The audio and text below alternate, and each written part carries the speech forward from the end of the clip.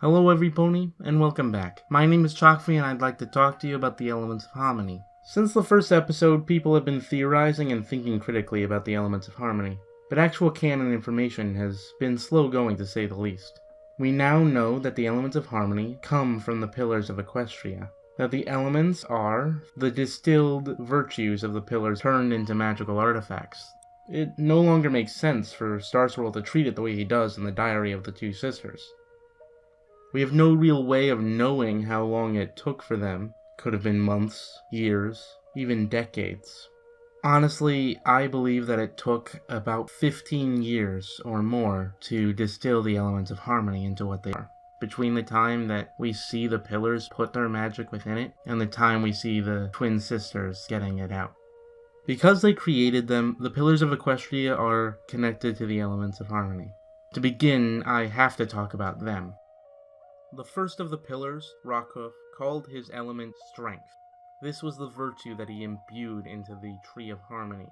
Out of all of the pillar virtues, strength is probably the one that has the least connection to its later incarnation. I'm sure that instead the connection is rather through connotation rather than explicitly stated. Both strength and honesty to the people that wield them are important in protecting those that they love. Rockhoof protects the village. Through strength, he digs the trench. But in reality, it is his protective nature that truly lives within honesty.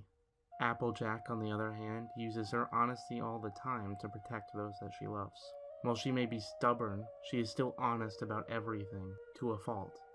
She knows how to have the strength to be honest and tell people what they need to hear so that they can be protected. The second virtue, Somnambula's hope, is the most human of virtues, something that we are never said to have lost. We all hold hope, and losing hope can be the worst part of facing adversity. While laughter doesn't really mean this, Pinkie Pie's laughter is a way of holding on to hope and passing through fear, and in this way, they are connected.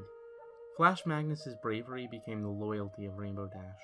While similar, bravery can mean many different things to different people. However, as the quality of showing strength in the face of danger, it makes sense. Loyalty can be a lot of things, but to Rainbow Dash it means giving up everything else to save her friends. What braver act is there? And in what way can you describe that, other than showing strength in the face of danger and protecting those that she loves? Beauty and generosity are in no way the same thing, but they are complementary. Mistbane believes in the beauty of all things, and wishes to cherish and nurture it, even if it means giving up something. Rarity demonstrates this kind of generosity all of the time. All the way in the first episode, when demonstrating generosity in the first place, it was truly to preserve beauty. And even in the latest episode, the special for the holidays, Rarity gives up a gift that she wanted to give to Applejack to preserve the beauty within Pistachio. In this way, beauty and generosity are connected, and this is why they could change to suit each other. Depending on how you look at it, certain of the elements of harmony seem to be aspects of the virtues that created them. However, in the case of kindness and healing, it's clear that healing is an aspect of kindness. Meadowbrook will do anything and learn what is needed for a cure, from facing animals to trying to save entire towns of zombie hordes. That's kind. On the other hand, Fluttershy will often take in sick animals, and in that way she shows off her ability to heal with kindness. In the end, honestly, sorcery is the most problematic of the 6 virtues. While sorcery is a synonym of magic, it doesn't have much to do with the nature of the elements. However, when you look at the virtues in relation to the elements, it seems like the virtues are usually more broad or more self-sacrificing than the later elements. When you think of it, sorcery can be considered more sacrificial than regular magic, as magic can be anything, while sorcery is the process of learning magic. When you think of the 6th element as only coming from the others, you see how sorcery is different. Sorcery was created by the other 5 virtues. Because of the harder times they lived in, at least partially before Equestria was formed, the pillars are willing to sacrifice themselves for others. That's what differentiates sorcery from magic, as well as the other 5 elements from the other 5 virtues. After the pillars of Equestria, the 6 virtues were finally converted into the elements of harmony. This is when they formed within the Tree of Harmony and were collected by the 2 princesses. While there may have been other instances between the pillars and the main 6, we don't see them, and thus the princesses are the only other bearers than the main 6 that we know of. Each of the 2 princesses took 3 elements. This makes sense narratively, from a magical perspective as well. The princesses are powerful, and nigh incorruptible. While we don't know that they did, it seems likely that they had individual names for the elements, but I'm not sure in what way. As I wrote this, I questioned, did they give them individual names, or did they just call them the elements, or did they name them in groups of 3? Because we don't know, and because we probably never will know, I like to theorize that they did name them in groups of 3, and that they named them individually, just because it's more interesting that way to me. First of the 2 princesses was the younger sister, Luna. She was able to yield the 3 more combative of the elements: honesty, laughter, and loyalty. I think of each of these as being a protector in some way. I've decided that as a protector, I like to think of her as more of a knight than a ruler. She's a true servant of state, like Arturia from the Fate series. In this vein, I've decided to collectively call her virtues gallantry. First, there's honesty, or rather strength. This makes sense for Luna, because although she is powerful, she's the one that seems to act more as a protector. Between strength and honesty, there is honor, one of the great knightly virtues. Honor is about respect and integrity, and Luna applies that by protecting her people. Luna is a strong one, guided by Celestia's more caring heart. Second of Luna's virtues is laughter and hope. Every night, Luna dives into the nightmares that people dream. We don't see her do it that often, but it's clearly part of her regular duties. It's not like she focuses the entire night on raising and lowering the moon. Instead, she steps into people's minds and protects them. What greater connection could there be to Pinkie Pie's laughter or the hope of Sonambula than banishing fear within people's minds? I like to call this faith, as Luna has faith in her people, faith in herself, and instills faith in her followers.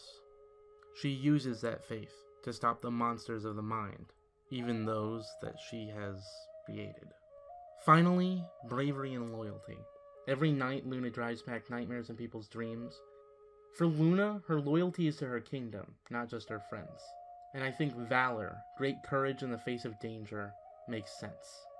Luna is valorous, brave in the face of battle, which is why she has to be written out of every conflict. She can't be as easily defeated as her sister. On the other paw, Celestia has the elements of generosity, kindness, and magic. These are the less combative, more self-sacrificing of the elements. Together, I believe they show that she is more of a sovereign. She can even qualify for her sister's elements, showing that she is broad and she knows what she can do.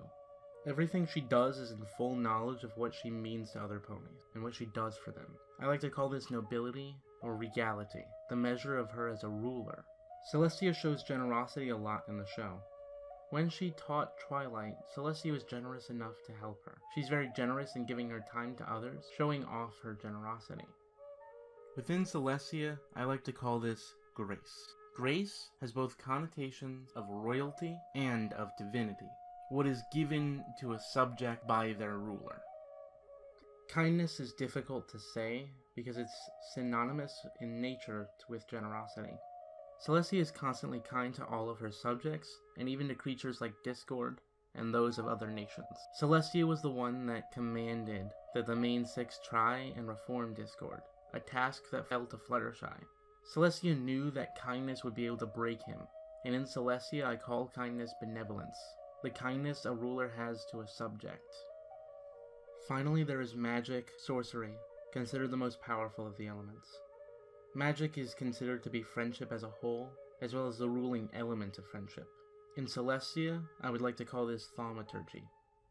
Thaumaturgy is another synonym of magic, like sorcery, but it has certain connotations. In Western tradition is a term that can be used both for traditional magic and for miracles. The concept that she is a goddess has fallen by the wayside over the years, but there is still a deity-like reverence that many in Equestria feel.